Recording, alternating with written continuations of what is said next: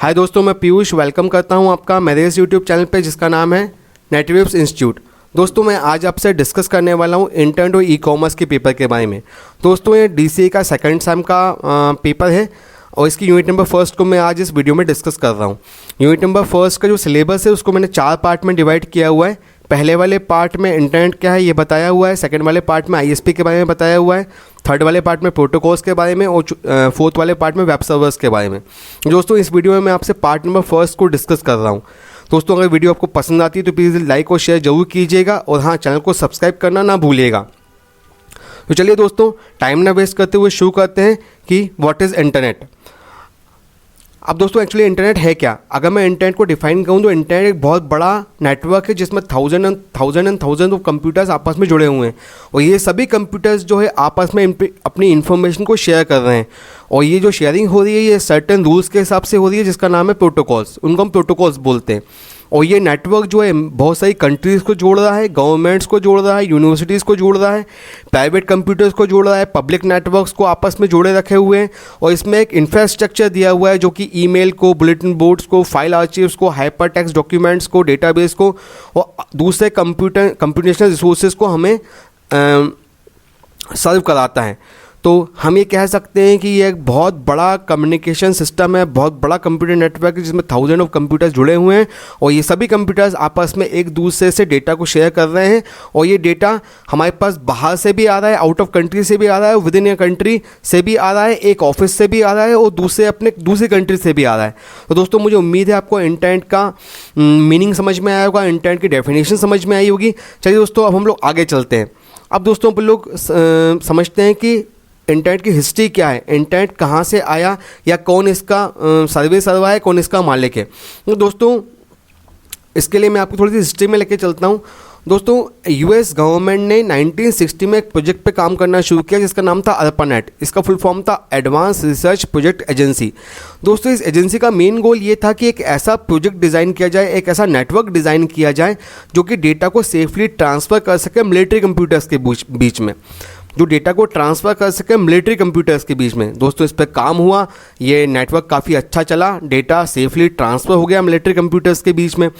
अब जब ये सब कुछ ठीक चल रहा था तो ARPANET ने सोचा कि हम अपने इस नेटवर्क को हम अपने जोड़ेंगे अपनी रिसर्च लैब से, मिलिट्री लैब से, जो उनके लिए रिसर्च का काम करती है और दूसरी यूनिवर्सिटीज़ से जो उसके लिए रिसर्च का काम करती हैं। दोस्तों अगला जो पड़ाव था वो था रिसर्च लैब और मिलिट्री लैब्स और यूनिवर्सिटीज़। तो ऐसी यूनिवर्सिटीज़ जो कि US मिलिट्री सर्विसेज के लिए रिसर्च का काम करती है उसको इस नेटवर्क से जोड़ दिया गया। अब दोस्तों इसका दायरा बढ़ता जा रहा था, धीरे धीरे बहुत सारे रिसर्च लैब्स, बहुत सारे मिलिट्री लैब्स इससे कनेक्ट हो गए। 1980s में जो नेशनल साइंस फाउंडेशन है US का, उसने इसको फंडेड किया और वो एक नया चीज़ लेके आए प्रोटोकॉल जिसका नाम था TCP/IP और IP प्रोटोकॉल। उन्होंने बोला कि इस प्रोटोकॉल के अंतर्गत डेटा को हम ट्रांसफ़र करेंगे और ये प्रोटोकॉल लॉन्च कर दिया गया। जब ये प्रोटोकॉल लॉन्च हुआ तो इसके सुपर कंप्यूटर्स को, NFS के सुपर कंप्यूटर्स को इस नेटवर्क से जोड़ दिया गया। अब मतलब क्या हो गया, अगला जो टारगेट था वो सारे सुपर कंप्यूटर्स इससे जोड़ दिए गए और ये बहुत अच्छे से काम कर रहा था। इसका नाम बदल के रख दिया गया NFS net, national science foundation for networking. अब दोस्तों जैसे जैसे ये बढ़ रहा था तो NFS ने इनकरेज किया बहुत से यूनिवर्सिटीज़ को, कॉलेजेस को, पब्लिक ऑर्गेनाइजेशंस को और प्राइवेट ऑर्गेनाइजेशन को कि इसको ज्वाइन करें और इस तरह से US के बहुत सारे यूनिवर्सिटीज़, बहुत सारे कॉलेजेस, बहुत सारे पब्लिक नेटवर्क्स, बहुत सारे प्राइवेट बड़े ऑर्गेनाइजेशंस इससे जुड़ गए। 1990 में ARPANET को डिसमेंटल कर दिया गया और US का जो पब्लिक नेटवर्क था उससे इस NFS नेट को जोड़ दिया गया। जब ये पब्लिक नेटवर्क NFS से जुड़ा तो उसका दायरा और बढ़ गया और इस तरह से फिर 1995 ने जो इस पर जो एंट्री बैन करके रखी थी वो सब एंट्री US गवर्नमेंट ने हटा ली। तो इस तरीके से ये पूरा जो नेटवर्क था इसने पूरे US को कैप्चर कर लिया था, पूरे US में ये नेटवर्क फैल गया था। इसी तरह की एक्टिविटीज़ दूसरे कंट्रीज़ में भी परफॉर्म हो रही थी तो धीरे से उन कंट्रीज़ को भी इससे जोड़ा गया और इस तरीके से जुड़ते जुड़ते आज जो हमारे सामने पिक्चर है वो इंटरनेट के रूप में मौजूद है। तो इंटरनेट बहुत सारी कंट्रीज़ को आपस में जोड़ता है और ये जो पूरा नेटवर्क है इसको हम इंटरनेट बोलते हैं। अब इस पर किसी का राज नहीं रहा, इस पर किसी का कोई इसका एडमिन नहीं रहा, कोई इसका मतलब मालिक नहीं रहा। अगर यूएस अभी चाहे वो बंद करना चाहे यूएस कि भाई मैं इंटरनेट बंद कर सकता हूं, तो कोई फ़र्क नहीं पड़ेगा, क्योंकि जितनी बाकी कंट्रीज़ हैं वो सारी कंट्रीज़ भी इस नेटवर्क से जुड़ी हुई हैं, तो उनका नेटवर्क कट जाएगा लेकिन बाकी सारी कंट्रीज़ का नेटवर्क चालू रहेगा। तो दोस्तों ये थी हमारी इंटरनेट की हिस्ट्री। मुझे उम्मीद है कि आपको ये इंटरनेट की हिस्ट्री पसंद आई होगी। चलिए अब हम आगे चलते हैं। अब मैं आपको बताता हूँ जो इंटरनेट का बेसिक स्ट्रक्चर है वर्ल्ड वाइड वेब, उसके बारे में। अब दोस्तों वर्ल्ड वाइड वेब है क्या? दोस्तों हमें पता है कि इंटरनेट के अंदर बहुत सारी इन्फॉर्मेशन सर्व होती है और ये सारी इन्फॉर्मेशन बहुत सारे फॉर्मेट्स में रहती है, जैसे कि मल्टीमीडिया फॉर्मेट हो गया, टेक्स्ट फॉर्मेट हो गया, ऑडियो फॉर्मेट हो गया, फोटोग्राफ्स हो गए, ये सारी इन्फॉर्मेशन इन फॉर्मेट्स में रहती है। अब हमको एक ऐसा प्लेटफॉर्म चाहिए था जो इन सभी डॉक्यूमेंट्स को मैनेज कर सके। तो दोस्तों www वो प्लेटफॉर्म है जो पूरे मल्टीमीडिया डॉक्यूमेंट्स को, टेक्स्ट डॉक्यूमेंट्स को, स्टिल फोटोग्राफ्स को, वीडियोस को हमारे सिस्टम पे ओपन कराता है। एक ऐसा इन्फॉर्मेशन सिस्टम हमको देता है कि जितना डॉक्यूमेंट वहाँ से उसको मिला है वो आपके सिस्टम पे अवेलेबल हो जाए। तो दोस्तों ये वो टूल है जिससे हम मल्टीमीडिया डॉक्यूमेंट्स को अपने सिस्टम पे देखते हैं, as well as text documents को भी हमारे सिस्टम पे देखते हैं। अब दोस्तों www अकेला नहीं है, वर्ल्ड वाइड वेब जो है कलेक्शन है बहुत सारे कंपोनेंट्स का। कुछ कंपोनेंट्स को मैं यहाँ पे डिस्कस कर रहा हूँ। तो उनका पहला कंपोनेंट है वो वेब ब्राउज़र। वेब ब्राउज़र एक ऐसा सॉफ्टवेयर होता है जिससे आप अपने कंप्यूटर पे इंटरनेट को सर्व करते हैं। अगर वेब ब्राउज़र नहीं होगा तो आप कंप्यूटर पे इंटरनेट को खोल नहीं पाएंगे। ठीक है, ये इसका पहला कंपोनेंट है। दूसरा है वेब सर्वर। दोस्तों वेब सर्वर से हम ये समझ सकते हैं कि वेब सर्वर ऐसे कंप्यूटर्स होते हैं जो 24 घंटे चालू रहते हैं और इसके अंदर जो है इंफॉर्मेशन स्टोर रहती है। ठीक है, जब इसके बाद रिक्वेस्ट आती है, मतलब क्वेश्चन कोई आता है, कोई इससे क्वेश्चन करता है, उसको हम रिक्वेस्ट बोलते हैं। इसके बाद जब कोई रिक्वेस्ट आती है तो उस रिक्वेस्ट को ये समझता है और उस रिक्वेस्ट के आधार पे जो डॉक्यूमेंट इसके पास होते हैं, जो डेटा इसके पास होता है, वो इसको रिस्पॉन्स देता है और वो रिस्पॉन्स उस सब कंप्यूटर पे खुलता है जहाँ से रिक्वेस्ट रेज की गई है। जिसने पूछा है उसको ये रिप्लाई करता है। तो वेब सर्वर्स ऐसे कंप्यूटर्स होते हैं जो कि हमें इंफॉर्मेशन प्रोवाइड कराते हैं, जो इन्फॉर्मेशन उनके पास रहती है। दोस्तों जो अगला कंपोनेंट है वर्ल्ड वाइड वेब का, वो है हाइपरटेक्स्ट ट्रांसफ़र प्रोटोकॉल। जो दोस्तों इन्फॉर्मेशन ट्रांसफ़र होती है वो होती है वेब पेज के फॉर्मेट में। ठीक है, तो वेब पेज के, क्योंकि क्या होता है, इन्फॉर्मेशन अगर टेक्स्ट के रूप में फॉर्मेट होगी तो सिर्फ ओनली टेक्स्ट डिस्प्ले होगा, लेकिन आपकी इन्फॉर्मेशन में पिक्चर्स भी हैं, वीडियोस भी हैं, टेक्स्ट डॉक्यूमेंट भी हैं। तो हाइपर टेक्स्ट ट्रांसफ़र प्रोटोकॉल वो प्रोटोकॉल है जो इन सभी फॉर्मेट को मैनेज करता है और वेब सर्वर से इस इंफॉर्मेशन को उठाता है और वेब ब्राउज़र पर खोल देता है। तो दोस्तों ये था हमारा हाइपर टेक्स्ट ट्रांसफ़र प्रोटोकॉल। दोस्तों जो अगला कंपोनेंट है वो है URL, यूनिवर्सल रिसोर्स लोकेटर। अब दोस्तों ये अपन ऐसा कह सकते हैं कि ये एक एड्रेस बताने वाला सिस्टम है। जैसे मान लीजिए मेरे को चाहिए abcd.com। अब मैंने abcd.com लिख के यहाँ पे एंटर मारा तो ये abcd.com कहाँ पे अवेलेबल है ये कौन बताएगा? ये बताएगा URL, यूनिवर्सल रिसोर्स लोकेटर। मतलब जो भी आप क्वेश्चन करते हो उस क्वेश्चन का आंसर कहाँ मिलेगा, ये वहाँ पे जाके आपको एड्रेस बता देगा और फिर इंटरनेट उसको वहाँ पे पहुँचा देगा। तो ये हम कह सकते हैं कि ये हमारा एड्रेस, ये जो यूनिवर्सल रिसोर्स लोकेटर है ये एड्रेस बताने का काम करता है, उसके रिसोर्स को लोकेट करने का काम करता है। दोस्तों जो अगला कंपोनेंट है वो है HTML, hyper text markup language. तो अगला जो हमारा कंपोनेंट है वो है हाइपर टेक्स्ट मार्कअप लैंग्वेज। दोस्तों इन्फॉर्मेशन को इंटरनेट पे HTML डॉक्यूमेंट्स के रूप में मैनेज किया जाता है। ये वो डॉक्यूमेंट्स होते हैं जो सभी कंप्यूटर्स पे, सभी मोबाइल्स पे इन्फॉर्मेशन को एक यूनिफॉर्म वे प्रोवाइड करते हैं डिस्प्ले के लिए। मतलब आप किसी भी सिस्टम पे खोलोगे तो वो वैसा ही दिखेगा जैसा वहाँ से आया है। तो दोस्तों ये हमारे कुछ कंपोनेंट्स है www के।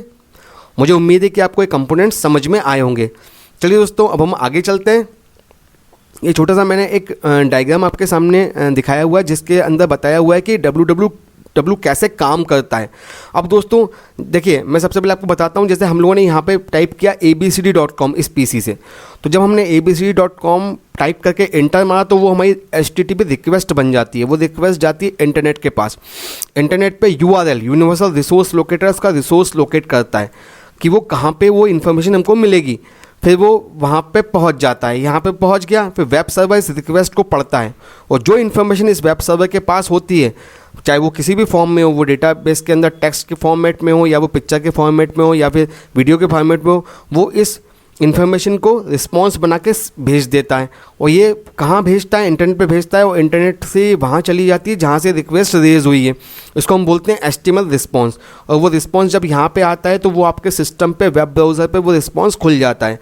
तो इस तरीके से ये हमारा पूरा www काम करता है या इंटरनेट काम करता है। दोस्तों मुझे उम्मीद है कि आपको ये समझ में आया होगा। चलिए अब हम आगे चलते हैं। अब मैं आपको बताता हूँ एडवांटेजेस और डिसएडवांटेजेस इंटरनेट के बारे में।